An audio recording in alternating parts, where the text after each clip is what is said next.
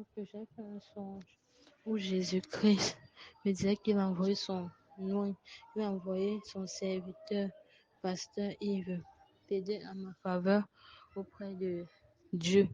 Il me demandait aussi de ne pas lâcher dans la prière.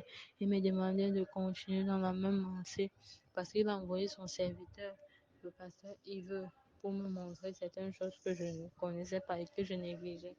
Il me demandait aussi de ne pas laisser le jeûne et prière, que je continue, que je ne dois pas laisser. Le deuxième songe, ça c'est le premier songe. Le deuxième songe, c'est où euh, Jésus-Christ. Je peux dire c'est Jésus-Christ parce que c'était un monsieur peint en blanc. C'était un monsieur avec des ailes, avec un vêtement très blanc. Le monsieur vient me porter où j'étais parce que j'étais quelque part où je ne connais pas en fait. J'étais assise. C'est là le monsieur veut me prendre. Il arrête ma main. On part. Arrivant quelque part, je sais pas, nous sommes arrivés à un endroit où c'était tellement noir. Il y avait tellement de feu au point où nous étions même, parce que nous étions vraiment à distance, où nous étions même, ce feu nous chauffait, où nous étions, en fait, moi, ça me chauffait. C'est là, il me dit, et entre-temps, dans ce feu, il y a des gens qui se lamentaient. Je suivais des cris et consoles. C'est là, il me dit, c'est ici que tu devais être. C'est ici que tu devais être si tu ne donnais pas ta vie à Jésus, si tu n'acceptais pas que Jésus est mort sur la croix pour tes péchés. Il me dit, où tu vois cela? J'ai envoyé mon serviteur, le frère Yves, pour plaider auprès de Dieu en ta faveur. Parce que tu devais être là. C'est ce qu'il me dit.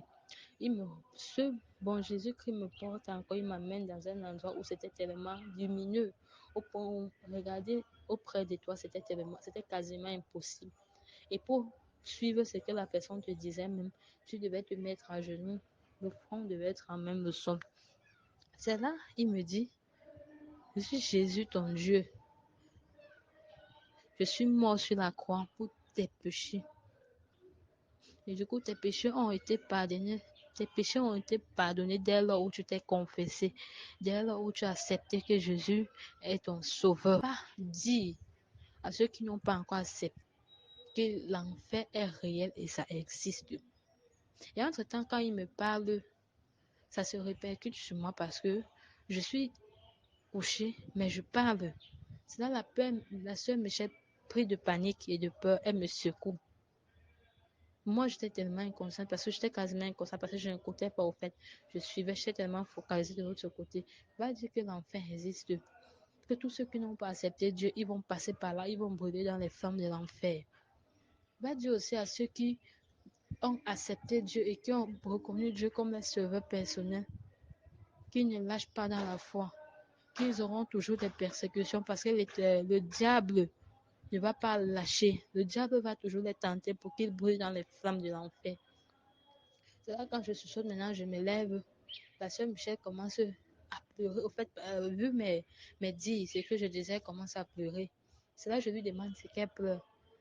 Elle me relate au fait ce qui s'est passé. Et en tout cas, elle ne pleurait pas bon, c'était pas la panique ou quoi, mais c'était la joie, c'était la gaieté, c'était du fait que Jésus soit passé par moi pour dire certaines choses.